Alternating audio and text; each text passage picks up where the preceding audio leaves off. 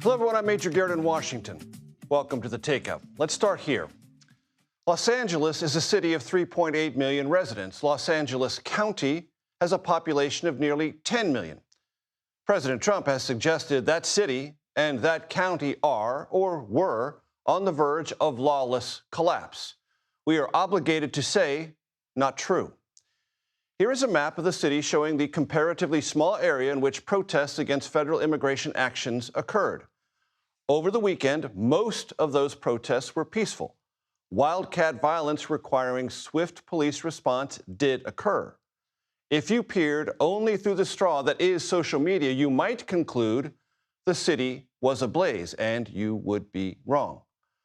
Protesters closed a freeway yesterday afternoon. Yes, vandals burned vehicles and defaced buildings and ICE vehicles. These are crimes. The Los Angeles Police and Los Angeles County Sheriff's Office have arrested more than 40 people for these acts of violence, but they do not, at this stage, believe they need help from National Guard troops. Some 300 have arrived anyway, ordered into the city by President Trump, against the wishes of the Los Angeles mayor and the California governor. Today, California sued the Trump administration over that deployment.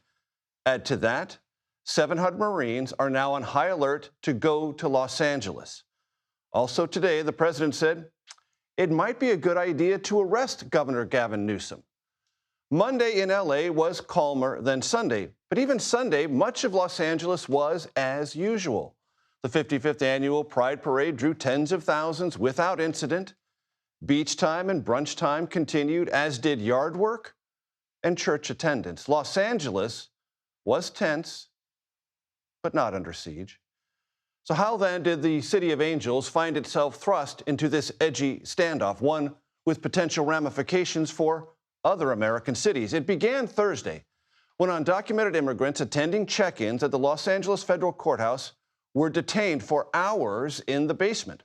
In video provided to CBS News, you can hear them saying, "Ayuda," or help.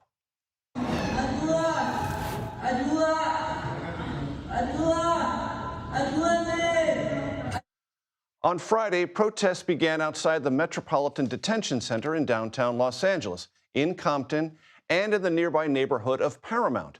That's where federal agents had searched garment factories for workers suspected of being undocumented. As night fell, clashes flared, continuing into Saturday. At the detention center, protesters held a rally. Law enforcement emerged and fired rubber bullets, flashbangs, and tear gas. Among those hit with a rubber bullet, a U.S. correspondent for Australia's 9 News who was reporting live at the time. See that right there. It was at this point President Trump deployed 2,000 National Guard troops. The first arrived Sunday to protect a federal facility. Local and state Democrats accused the president of inflaming the situation. He offered this by way of reply today. The people that are causing the problem are professional agitators, they're insurrectionists, they're bad people, they should be in jail. I want to start tonight with Nidia Cavazos, who joins us from downtown Los Angeles. Nidia, what did you learn today? What have you seen today? And what reporting have you pulled together? Major protests across downtown LA continue for now. In fact, this crowd behind us just arrived, and they say they're here to protest the immigration enforcement activity that has been seen for the past weeks in LA. They're protesting against the deployment of the National Guard, but they're also here because we're next to the federal facilities that we've known to be detaining migrants after they've been arrested, either after their ICE check-ins or after these ICE raids, and this is according to immigration lawyers. And we were here this morning along with U.S. Representative Jimmy Gomez as he tried to get access to those federal facilities and the underground installations of this federal plaza to conduct what he says are his oversight rights as a member of Congress. He was denied access after being denied access during the weekend. Let's take a listen to what he had to say and why this is concerning to him. How concerning is it to you that you can't have oversight of these facilities? No, it makes me angry because I'm not only a member of Congress, but I'm the member who represents this area. I actually have this in my congressional district. And a lot of the folks that they are violating their due process rights are folks that are from my district. So I want to make sure that, one, the conditions inside when it comes to cleanliness, when it comes to getting their food, when it comes to getting their medicine, that they follow all the rules and regulations. Now, Representative Gomez says he's angry, but what we also know is that people who are showing up to these protests, they're also angry at how immigration enforcement activity has taken over what they say is their city. It's affecting their community members, and so they've been showing out in mass numbers, again, surrounding this federal complex and in other areas in L.A. Nidia, what is the atmosphere as you're speaking to us right now? Would you describe it as orderly and peaceful or something else? There's some sense of order here. This is what we've seen throughout the past days. It typically starts off as a peaceful protest, but as time passes by, it tends to escalate. And this is when you have the images of federal agents, federal officials clashing with those protesters. But this is a scene that we typically see at the beginning of a protest. It starts off slow, peaceful, but it has the potential to escalate. Indeed it does. Nidia Cavazos in Los Angeles for us. Thank you very much. Ed O'Keefe joins us now from the North Lawn of the White House. Ed, as you know, and as our audience might know, the last time a president defied a governor of our country and sent in the National Guard against that governor's wishes, 1965, the state of Alabama, the issue underlying it, enforcement of civil rights protections. We're in a different place now. We are. He's using, in this case, part of what's called Title 10 that allows him to deploy the National Guard, quote, to repel invasion, suppress rebellion, or execute federal laws. But what's different is that he also signed a memo on Saturday night, Major, that goes further, saying that the Guard can be deployed not just in California, but anywhere in the country, quote, where protests against these functions are occurring or are likely to occur. And then speaking with legal experts today and those that track the use of presidential powers, they say that kind of open-ended memo that anticipates potential violence, plus response to what they perceive as violence, or those trying to block federal agents from doing their work, has never been written by a president before. And so we are now entering yet again with this president, be it in his first term or now his second term, sort of uncharted presidential power authority that is going to lead to legal debate, which began today, of course, with the California governor and attorney general filing suit against the White House for what they consider to be an illegal order because they did not consult the governor before announcing that deployment. And Ed, just to underscore what you just reported and based on your conversations with legal experts, so if there is an assumption within the top ranks of the Trump administration that something might happen in another jurisdiction, based on that assumption, they now believe they possess the power to deploy federal agents to suppress whatever they assume might happen. That's what this memo says. And that is what's likely now going to be the basis of legal challenges from the governor of California and potentially anywhere else. But the read that people who track this stuff give to that memo is that it's essentially an open-ended, if we think something might happen, we can send troops kind of order that no president's ever issued before. And so that's why, for example, we saw this initial deployment of about 300 National Guard. You might have thought to yourself, what happened to the 2,000? It's because that memo is not about Southern California specifically.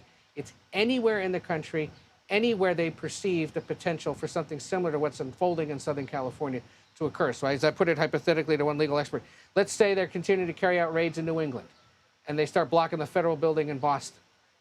This memo would allow them to send Guard to Massachusetts. If there was a similar incident in Orlando, potentially hundreds of Guard could be sent there as well. Chicago, any other area of the country where this kind of protest occurs. It's part of why you saw Governor Newsom and other Democrats through the weekend say this is extreme, it's trying to stoke this anger.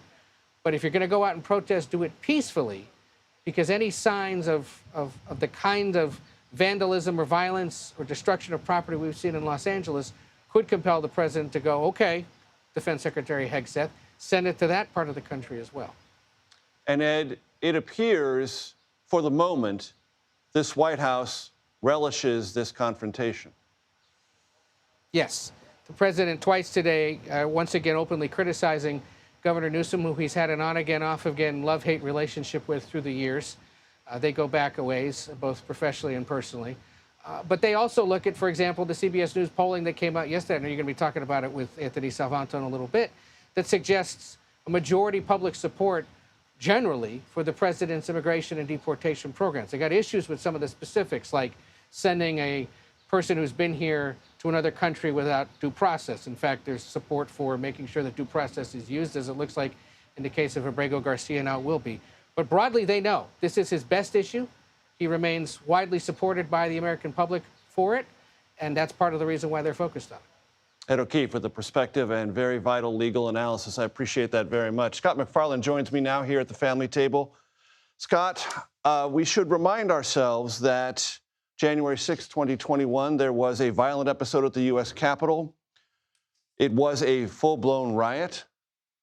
Many people were arrested, and there were prosecutions. Put that and what we saw in Los Angeles in some kind of rough context, if you'd be so kind. Yeah, Los Angeles in this unrest is already marinating in politics, but it's going to get inflamed by what some of the victims of January 6 argue is a hypocrisy with how the president and his top security officials are characterizing Los Angeles versus how they're characterizing the U.S. Capitol siege. First off, there's concerns that the president has used the phrase insurrection to describe what's going on in Los Angeles, where he denies there was an insurrection when they tried to seize the Capitol and overturn the results of an election. But there's also just these other little parallels along the way.